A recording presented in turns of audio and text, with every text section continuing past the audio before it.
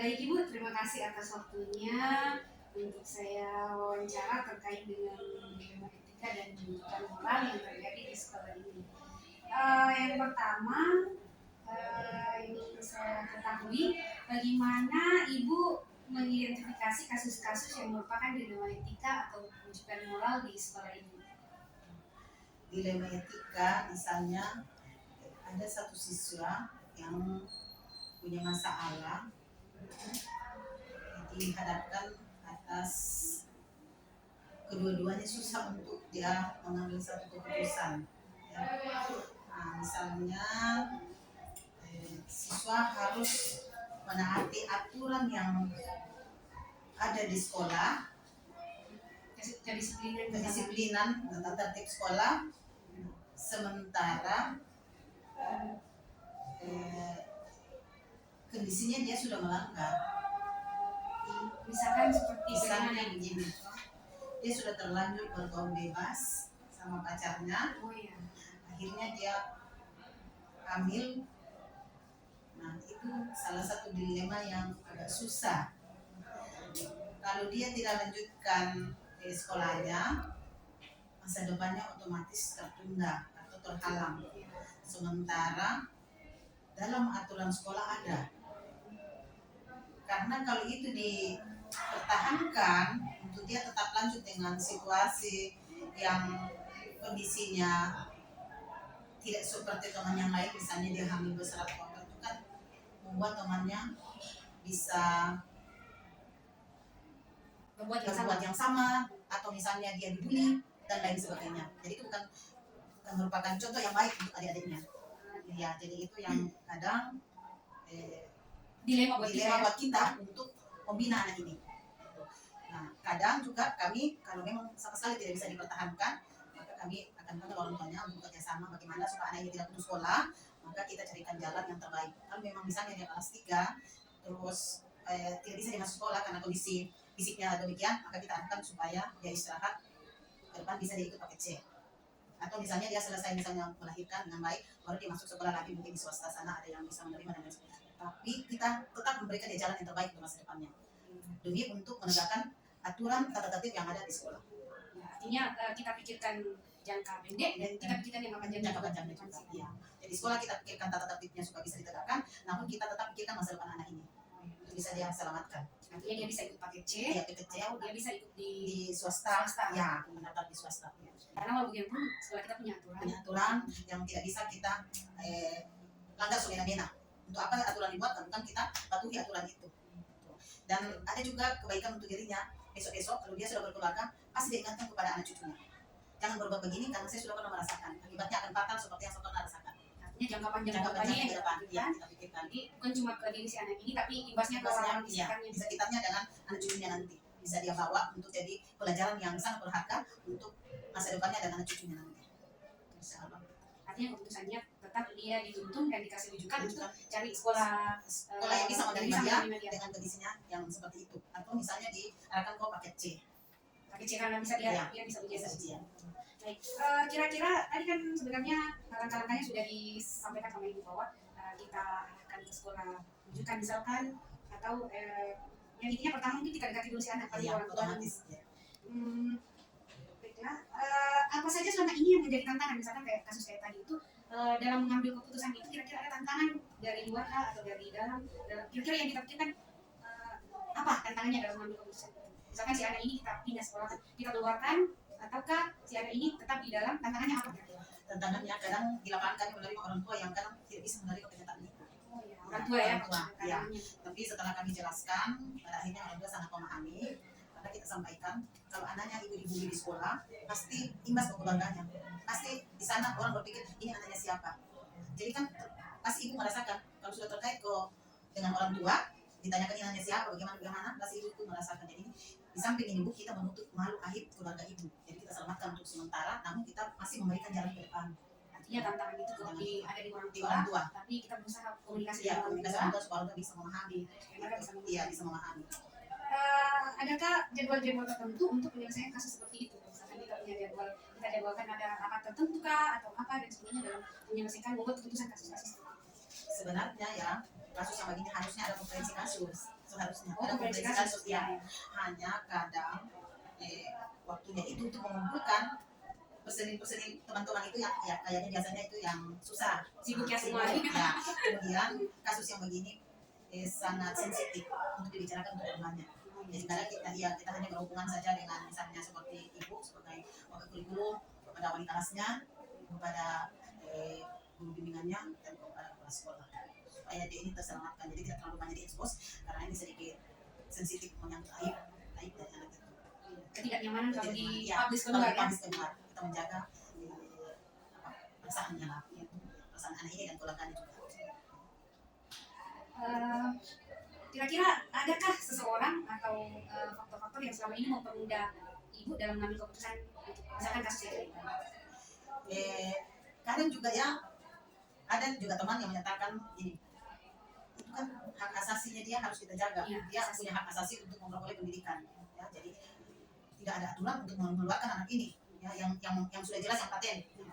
Namun saya menyatakan demikian, seharusnya memang ada, tapi kita tidak bisa tutup mata dengan aturan yang ada ada di sekolah. Nah kalau ini kita buat pembiaran, maka banyak yang mencontoh, yang melihat dan dia mau berbuat juga demikian, karena tidak ada satu aturan yang memang ditegakkan bahwa ini tidak boleh untuk anak sekolah. Tindakan tegas harus ada supaya yang lain itu bisa mawas diri dalam bergaul bebas. Itu hati-hati kalau kita ingin masa depannya kita ada memperoleh ijazah itu ada. Yang ditakutkan nanti Banyak yang mengikuti. satu kelas itu bisa ya, bisa jadi ya, semuanya. akhirnya dibilang anaknya kita sekolah kita biar kita kali bisa, ya anak bisa. Dan ini tidak ya wibawa sekolah kita taruh di mana dan masyarakat pun nanti kalau begitu sekolah saya diambil tidak apa-apa. Dan kemudian juga kita jaga juga jangan masyarakat menyatakan dulu adakan pembiaran. Iya. Adakan pembiaran, hal ini tidak boleh. Melanggar norma etika. Melanggar norma etika. Ini tidak boleh terjadi supaya siswa yang lain bisa mencontoh. Itu memang tidak bisa.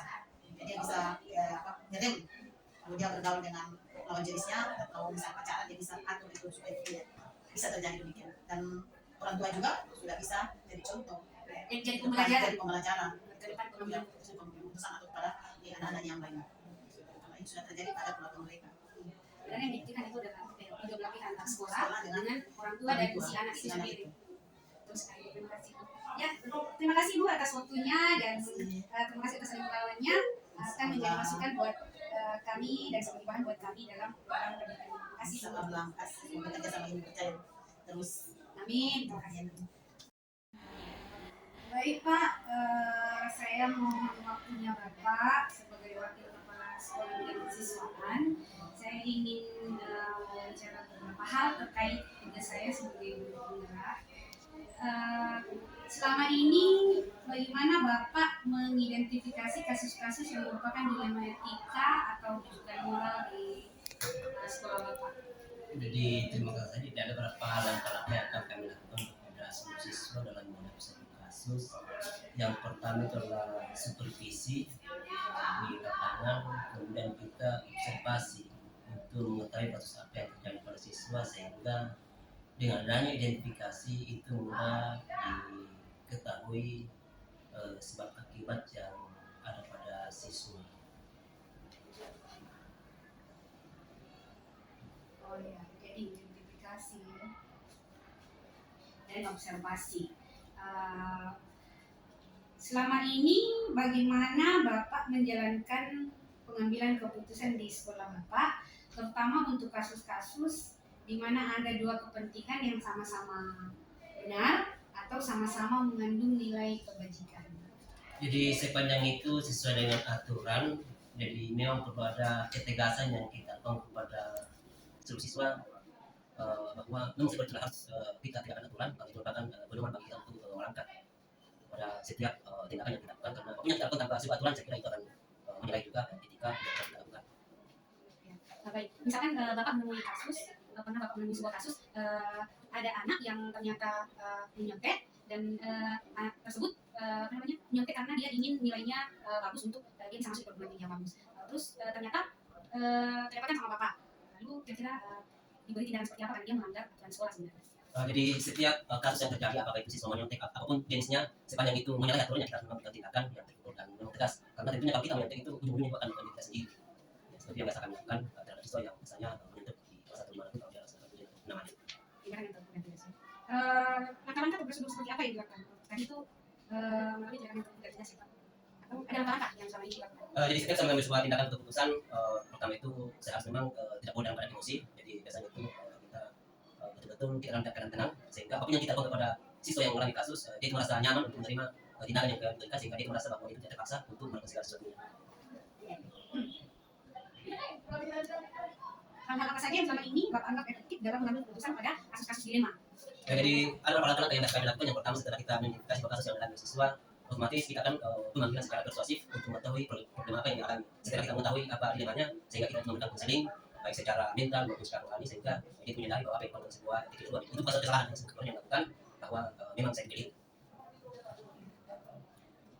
Apakah Bapak punya tipe tertentu dalam menangani kasus-kasus seperti itu? Ya, jadi segala sesuatu yang dapat terjawab itu memang problem yang kita kalau kami di kesiswaan memang sudah kami dapatkan itu minimal 3 kali seminggu kami melangkah. Biasanya itu kami laksanakan pada hari Senin, Kamis dan Jumat. Kenapa kami lakukan kami memang hari-hari yang baik bagi kita untuk melakukan segala sesuatu, bukan berarti bahwa semua hari tidak baik, tetapi memang adalah hari-hari yang terbaik bagi kita, yaitu pada hari Senin, Kamis dan Jumat, karena disitulah jadi kita bisa melakukan kebaikan.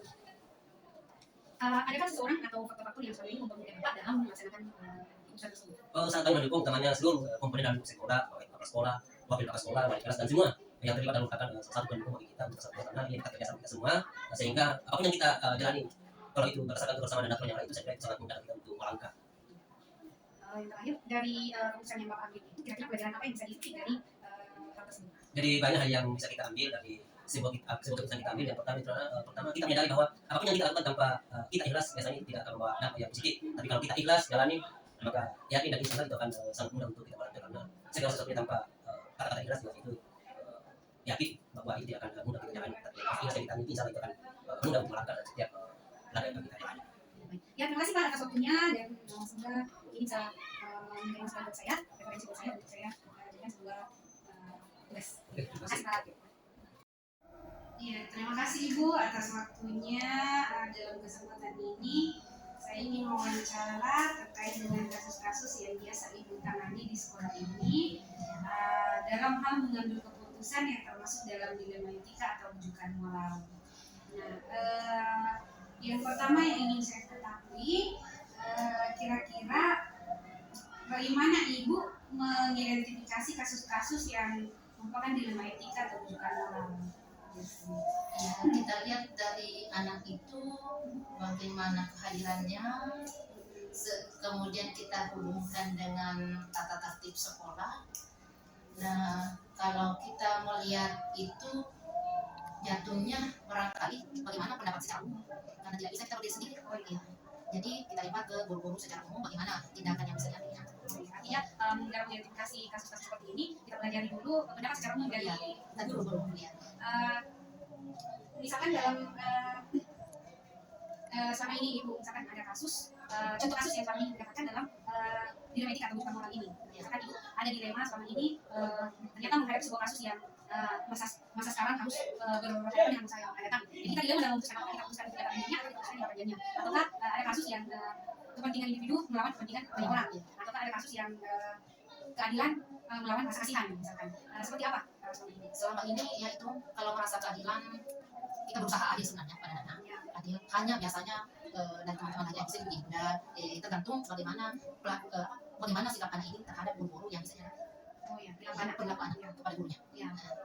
Artinya begini, misalkan ada kasus anak-anak sekolah, anak-anak tidak mengikuti proses pembelajaran dengan baik, terus kira-kira bagaimana keputusan terhadap si anak ini biasanya dilakukan? Ya, yang kalau misalnya jarang ikut, ya biasanya saya panggil orang tuanya, kemudian bagaimana kita bicarakan kehadiran di mana, apakah orang tuanya bisa membantunya supaya dia agak rajin ke sekolah, membantunya, misalnya ekonomi sangat kurang, orang tuanya yang biasa antar, ya bersama saudara-saudaranya dibantu, kita tetap membantu dan kita fasilitasi ke guru. Artinya begini, misalkan ternyata anak ini sudah dibantu, Ya. Lalu memang anak ini memang karena faktor ekonomi dia tidak bisa setiap hari ke sekolah, atau faktor ekonomi dia tidak bisa mengikuti pembelajaran dengan baik atau proses pembelajaran atau syarat-syarat misalkan syarat kelulusan atau syarat-syarat untuk kualitas dia tidak bisa penuhi karena dia terkendala sebenarnya dengan faktor ekonomi. Iya, kira-kira bagaimana mengambil keputusan? Kalau kemarin ada teman kita di sini yang kasih pembelajaran online. Oh ya. Nah, pembelajaran online biar di rumahnya bisa ada ada data fotokopi dikirimkan ke kemana gitu ada. Tidak akan menjadi contoh buat teman-temannya itu. Misalkan yang sampai teman-teman berpikir bahwa oh berarti saya bisa seperti itu dan nanti saya dikasih online juga. Saya lihat kemarin itu ada teman seperti itu, dia kirimkan saja atau melalui HP, tetapi teman guru saya tidak expose ke teman-teman. artinya ini menjadi ranah agak jangan dipublis Ya. takutnya banyak mengikuti. ya Pak ya. Misalkan ada kasus-kasus tertentu, ada nggak kasus khusus untuk menangani? Sebenarnya kita tangani memberikan bantuan, tetapi kalau kembali masalah ekonomi dia tidak bisa ke sekolah, biasa juga apa namanya solusinya bagaimana kalau mencari sendiri adalah Yang akan diarahkan sekolah terdekat atau sekolah yang bisa aturannya kayak terlalu ya, ini. ya. Kira-kira suami kalau dalam mengambil keputusan seperti itu, adakah ya seseorang atau faktor yang suami mempermudah ibu dalam masa itu? Misalkan kepala sekolah memberikan solusi atau kebijakan dalam mengambil keputusan. Ya, selama ini kalau saya terbentur ya membantu ke pimpinan. Yang terakhir, dari semua pembicaraan kita yang ada ini, kira-kira pembelajaran apa yang bisa diambil untuk saja pengambilan keputusan yang kita ambil? Biasanya, misalkan kita mengambil keputusan untuk si anak, dia dijaga sekolah terdekat atau apa. Semisal kita dapat kasus yang sama, apakah kita melakukan perlakuan yang sama atau seperti apa? Tetap kita menuju ke kebersamaan.